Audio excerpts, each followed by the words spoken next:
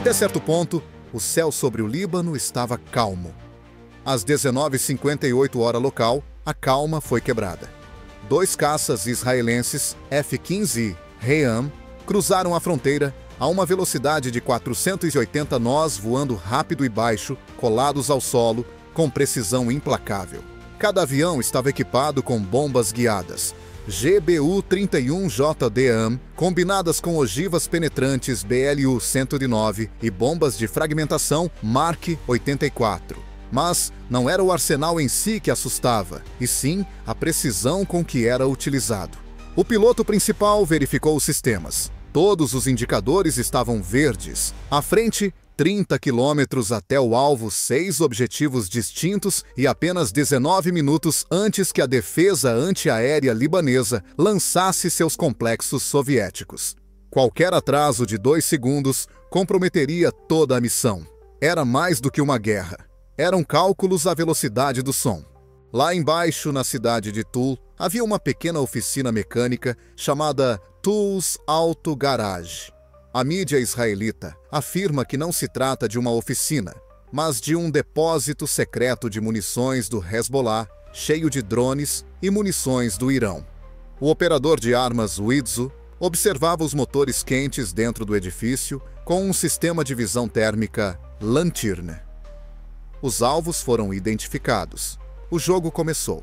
Eram mais do que simples pilotos. Eram cirurgiões de guerra armados com física, algoritmos e extremamente confiantes nas suas capacidades. No banco de trás, um oficial operador observava milhares de variáveis, como a geometria do GPS, mudanças no vento e até mesmo a rotação da Terra.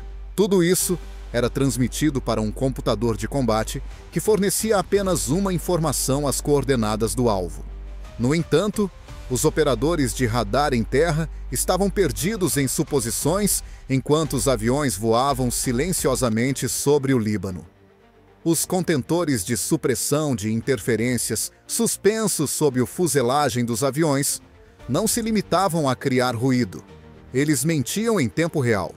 Nos ecrãs dos radares da Líbia, os módulos EL-L-812-22 mostravam caças fantasmas captando sinais de radar do inimigo, alterando-os em microsegundos e enviando-os de volta.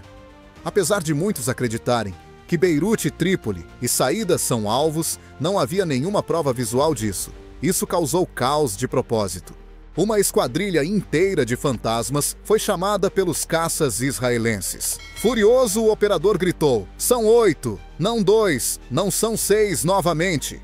Em vez de um ataque aéreo, ocorreu um ataque informativo. Por outro lado, o líder do F-15I preparava-se para descer. Dentro da oficina mecânica, Widzu viu tanques de combustível, motores a funcionar e calor a sair pelas janelas. Ele rapidamente ativou o Blue 109. O objetivo da explosão com atraso era destruir o edifício por dentro e minimizar os danos externos. Todos viviam em paz no bairro. O alvo deveria ser destruído por dentro com essa bomba. Às 19h59, o piloto baixou o nariz do avião e começou a descer em um ângulo de 15 graus. Em breve, começaria o lançamento. Naquele momento, enquanto estava suspenso entre o cálculo e a destruição, pensei: será que muitas pessoas compreendem o quão fria e precisa se tornou a guerra moderna? O que você acha desses ataques, precisão cirúrgica, cálculo frio e consequências que normalmente passam despercebidas? É um mal esperado ou um mal inevitável para o qual ninguém está preparado? É muito importante que deixe o seu comentário. O primeiro GBU-31, equipado com uma ogiva penetrante BLU-109, soltou-se da fixação sob a asa com um clique seco e surdo. A bomba ativou instantaneamente o seu cérebro de navegação depois de ser lançada ao ar por parafusos explosivos. Ela teria que mudar de rota usando levas aerodinâmicas GPS e navegação inercial durante 43 segundos. É mais do que um pedaço de metal. É uma máquina autônoma programada para chegar a coordenadas específicas. O receptor GPS recebe informações 10 vezes por segundo, rastreando sinais de pelo menos 4 satélites. No entanto, um sistema de reserva composto por um giroscópio a laser e acelerômetros é utilizado para navegação inercial em caso de interferências no ar. Se as leituras do GPS e do INS divergirem mais de 5 metros, o sistema muda automaticamente para o INS, que oferece uma precisão ligeiramente menor, mas maior fiabilidade. As condições no céu sobre o Líbano eram difíceis. O vento lateral soprava a 15 nós na altitude de lançamento e mais perto do solo, as rajadas aumentavam para 22 nós. A aerodinâmica do JDAM também foi afetada pela rarefação e temperatura do ar. Embora os dados de referência tivessem sido carregados antecipadamente na unidade de computação, os sensores de bordo continuaram a refinar as condições durante a queda. A bomba pensa até 20 vezes por segundo durante o voo. O ataque ocorreu conforme planeado. O segundo avião voava em paralelo a uma distância de 3,7 milhas marítimas com um intervalo de 15 segundos. Isso é necessário para evitar interferências entre os radares e impedir a sobreposição das zonas de impacto. O trabalho dos dois F-15I foi tão preciso que mesmo um desvio de 50 metros ou um atraso de 2 segundos poderia afetar todo o efeito do impacto. O primeiro Blue 109 atingiu o alvo a uma velocidade de 267 metros por segundo, atingindo o telhado da oficina Tools Alto. Isso indicava que o telhado de betão era semelhante a papel molhado. Antes que o retardador disparasse, a bomba atravessou 3 andares do edifício. Em apenas alguns segundos, o inferno se instalou na Terra. 550 libras de explosivo de alta energia destruíram tudo. A física da explosão foi terrível. A composição criou uma pressão de até 2,7 milhões de libras por polegada quadrada no ponto de detonação, a uma velocidade de 8.092 MHz. Como as paredes refletiram as ondas, o efeito destrutivo foi intensificado, resultando num padrão típico de implosão, no qual tudo é primeiro empurrado para fora e depois puxado de volta para o epicentro.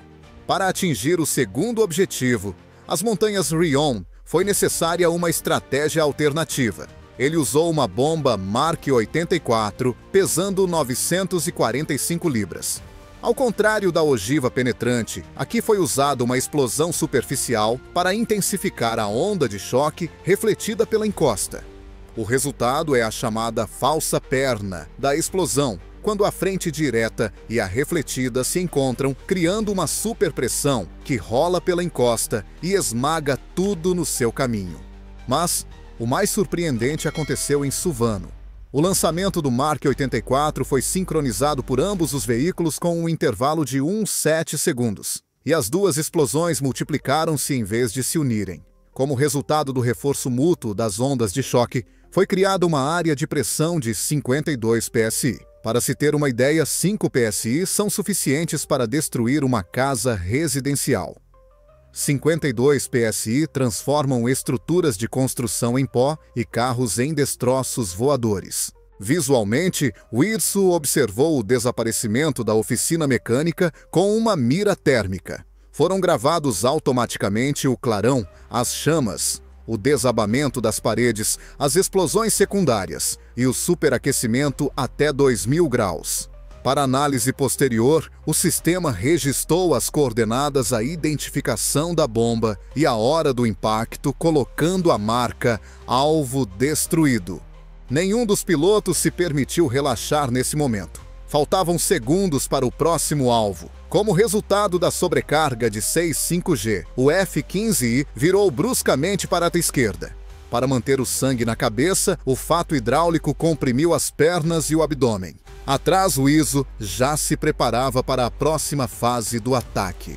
Às 20h03, todas as 8 bombas já estavam no ar. Cada golpe foi executado com precisão milimétrica, calibrado até a última variável, e voou em direção ao seu alvo. 2004-17 não é apenas uma data, foi o ponto de parada. O primeiro dos 8 golpes ocorreu exatamente nesse momento. Em seguida, houve uma sequência de explosões com precisão de décimos de segundo. Além disso, foi precisamente em Suvano que a física se transformou em arma. apesar de a oficina mecânica em Tula ter sido completamente destruída. Duas bombas Mark 84 foram lançadas com um intervalo de uns 7 segundos e explodiram com um intervalo tal que as duas ondas de choque coincidiram em fase. Isso levou a um efeito de amplificação ressonante, no qual a pressão aumentou exponencialmente. Consequentemente, uma sobrepressão de 52 psi se formou na área do impacto.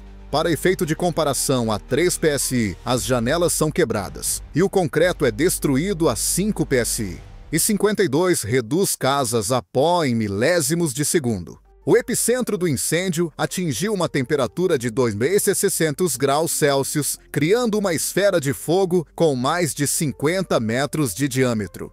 Nos sistemas de mira, todas as câmaras ficaram sobrecarregadas com o clarão. Além disso, os sensores automáticos continuaram a funcionar apesar da perda de controle visual. Eles registraram alterações de temperatura, assentamento de estruturas e, o mais importante, ausência de sinais de vida na zona do impacto.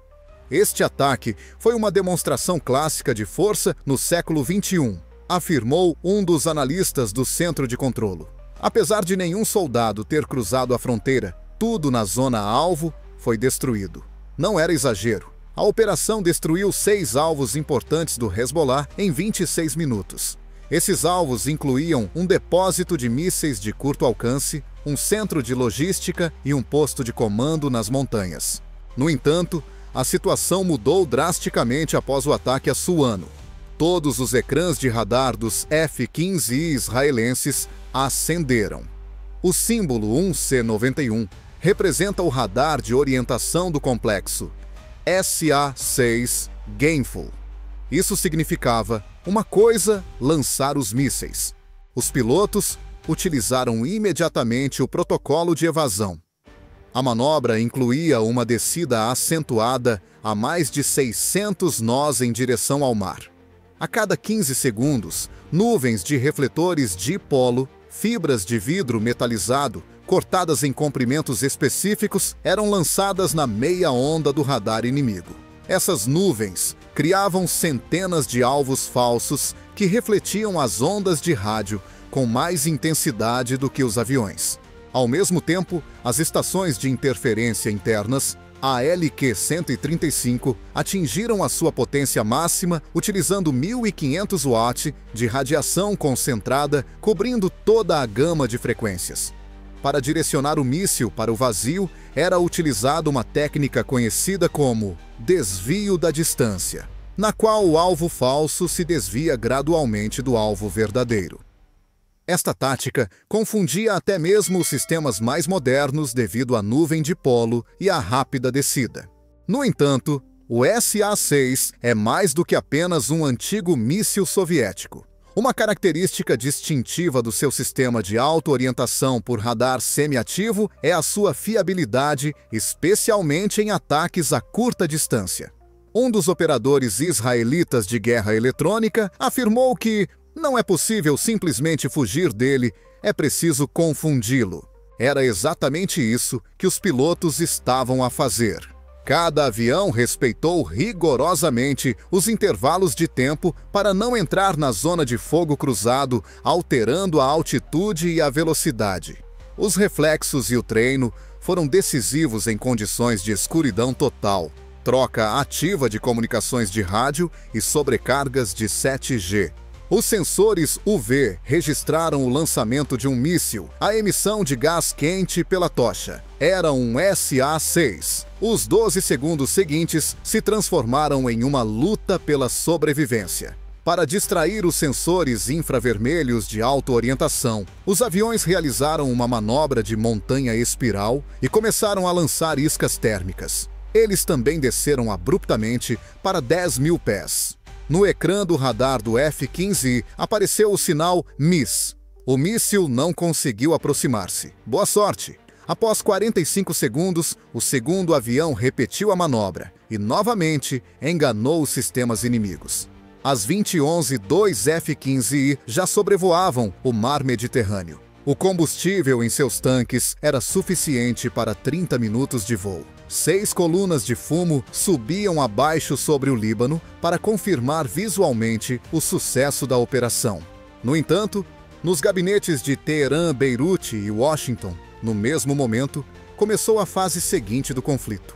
A tensão nas cabines dos dois F-15I permaneceu após saírem da zona de ataque. Apesar de o ataque ter sido bem sucedido, começou a fase de retirada, considerada por muitos pilotos como a mais perigosa. Apesar de todos os sistemas de defesa de bordo estarem totalmente ativados, o alarme nos auscultadores do piloto continuava a soar continuamente, indicando que os radares inimigos continuavam a procurar o alvo. Além disso, o ataque correu na perfeição. Mas alguns minutos depois, tudo mudou. Às 20h12, a inteligência informou que o lado libanês ativou vários sistemas de defesa antiaérea, como os soviéticos e iranianos. Em particular, na região de Bekaa, entraram em serviço os sistemas de mísseis antiaéreos Tor M2KM e os sistemas iranianos Bavar 373, que foram fornecidos ao Corpo da Guarda Revolucionária Islâmica. Isso significava apenas uma coisa: o próximo ataque não seria tão fácil. Apesar dos danos significativos, o Hezbollah não foi decapitado. O canal de televisão Al Mayadeen informa que a liderança principal do grupo estava em áreas seguras do Vale de Bekaa, mais perto da fronteira com a Síria, quando os ataques ocorreram. Além disso, segundo fontes militares iranianas, a resposta será assimétrica, mas decisiva. E a resposta não demorou a chegar. 6 horas após o ataque, por volta das 02h30 da manhã, sirenes soaram em regiões do norte de Israel, como Kiryat Shimona Metula e até Haifa. Mais de 60 mísseis não guiados, Fajr 5 e Arash foram lançados do sul do Líbano. Essa foi a primeira onda.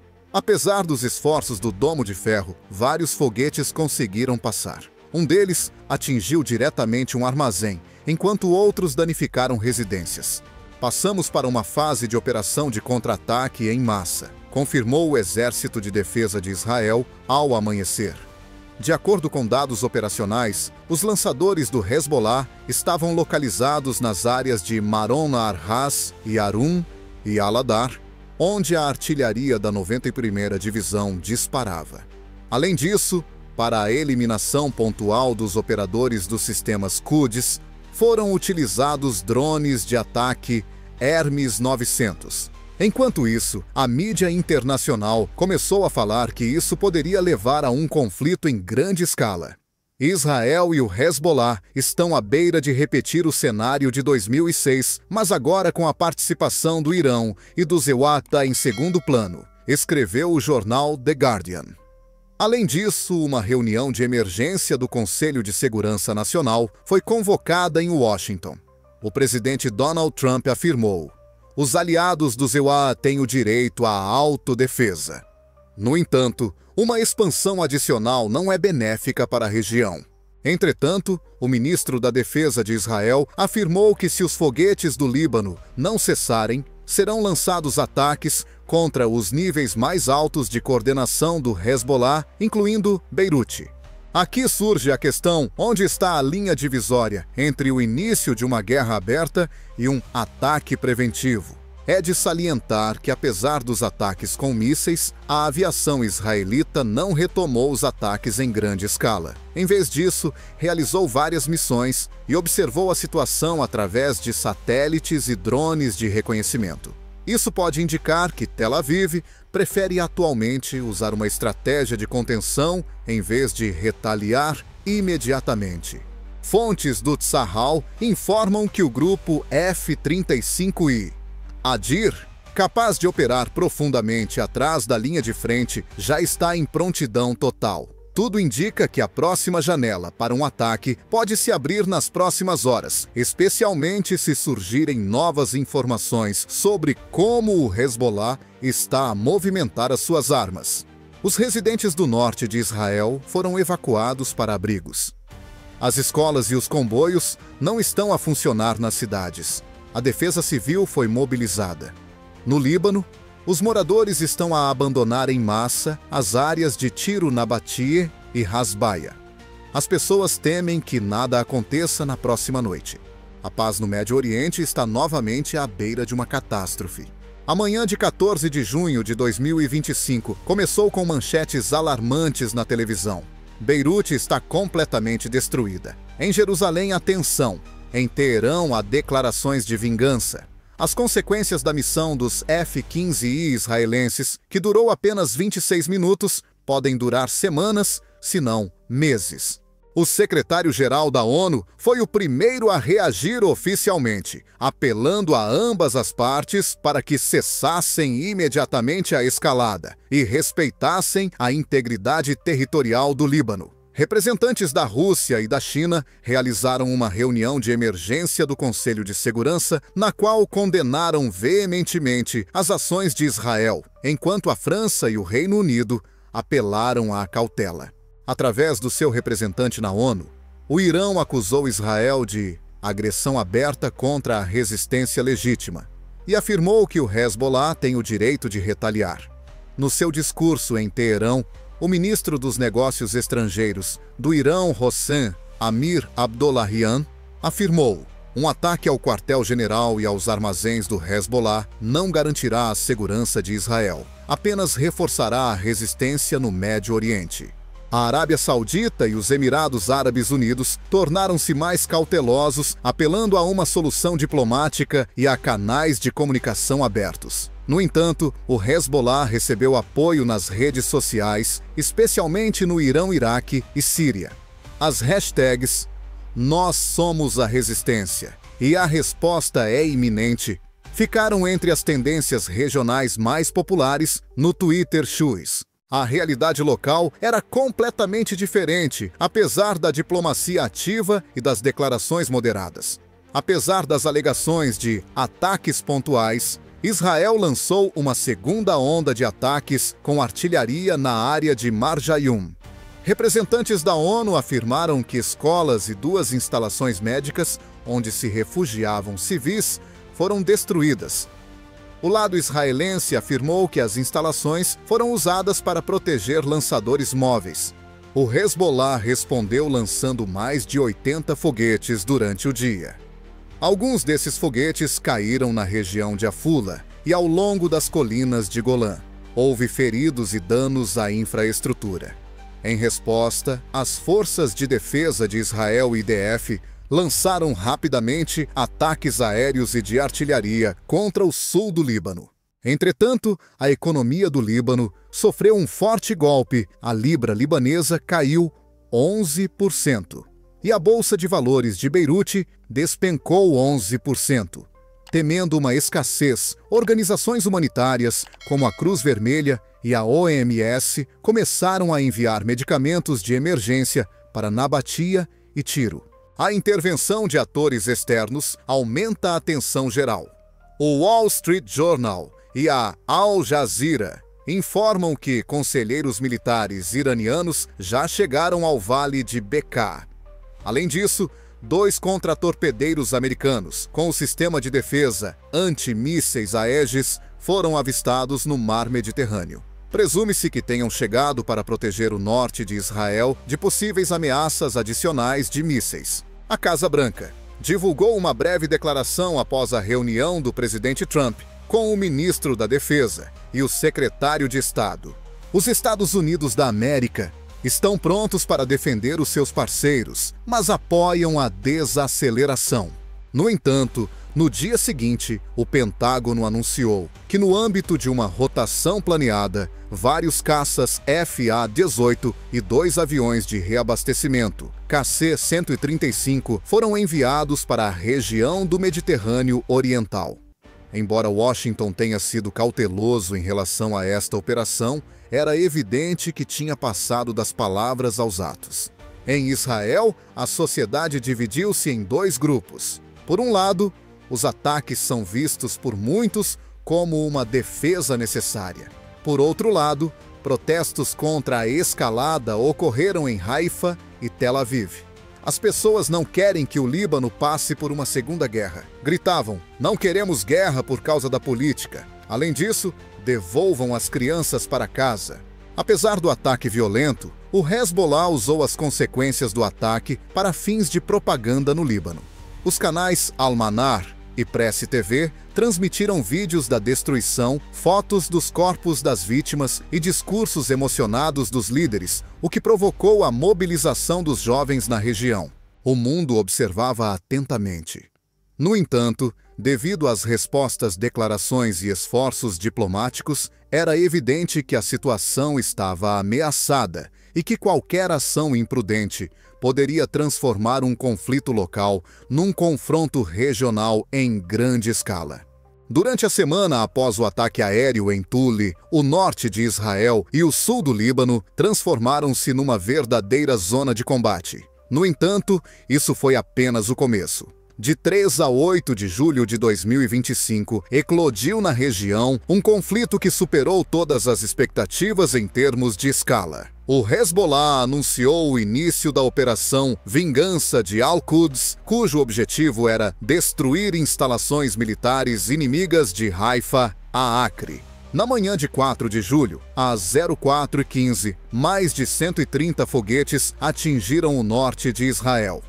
Foi o maior ataque desde 2006. Cerca de 20 foguetes atingiram alvos, incluindo armazéns, postos de abastecimento e bairros residenciais. Embora os sistemas de defesa aérea Cúpula de Ferro e Estrela de Davi tenham repelido cerca de 85% das ameaças. Israel respondeu rapidamente. Da base de Ramat David, decolaram F-35I Adir, que utilizaram tecnologia de baixa visibilidade para realizar ataques precisos contra supostos esconderijos localizados na região de Baalbek, liderados pelo Hezbollah.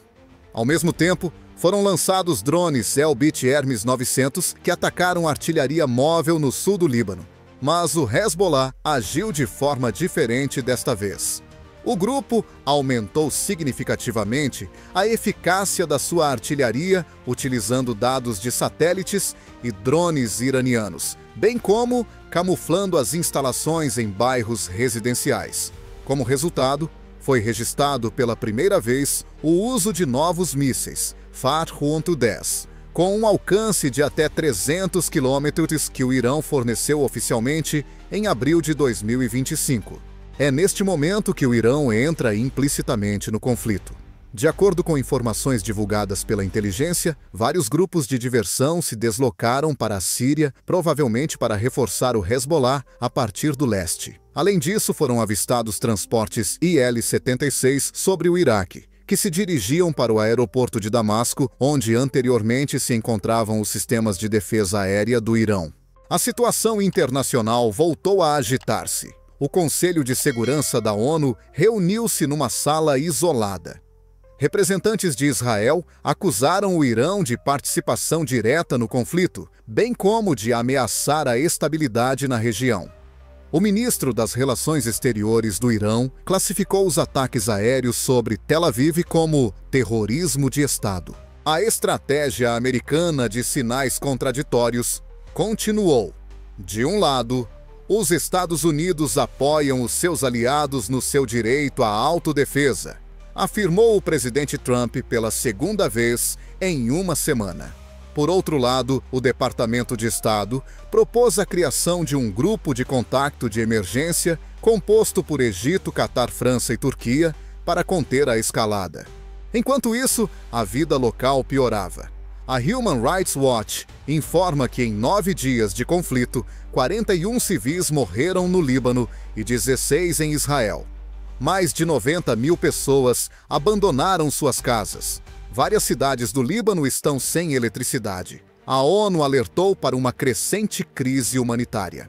Analistas israelenses preveem que até o final de julho pode ocorrer um conflito trilateral envolvendo Hezbollah, Israel e grupos pró-Irã na Síria e no Iraque. Numa entrevista ao Jerusalém Post, um oficial do Tzahal afirmou que já não se trata de uma luta pelo norte, mas de uma guerra pelo controle de todo o Levante. Embora as iniciativas de paz ainda sejam ouvidas, cada nova explosão e cada perda sofrida por ambos os lados afastam o regresso à mesa das negociações. As condições em que cada lado se considera no direito e cada golpe é visto como um ato de justiça tornam o resultado imprevisível.